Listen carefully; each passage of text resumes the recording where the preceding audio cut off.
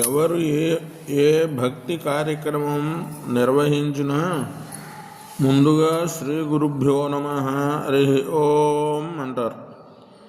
గురు అంటే గురి కుదిరినటువంటి వాడు. గురు అంటే గుహ్య స్కంధకార రుహూతన్నిరోధక, మనలో ఉన్న అజ్ఞానాంధకారాన్ని పోగొట్టేటువంటి వాడు అని చెప్పి గురు పూర్ణిమ గురించి గురువు యొక్క ప్రాధాన్యత అనేటువంటి దాన్ని ప్రజలకు తెలియజేయడం జరుగుతున్నది. అజ్ఞానతిమిరాంధస్య జ్ఞానాంజనశలాకయా చక్షురున్మీలితం యేన తస్మై శ్రీ గురవే నమః.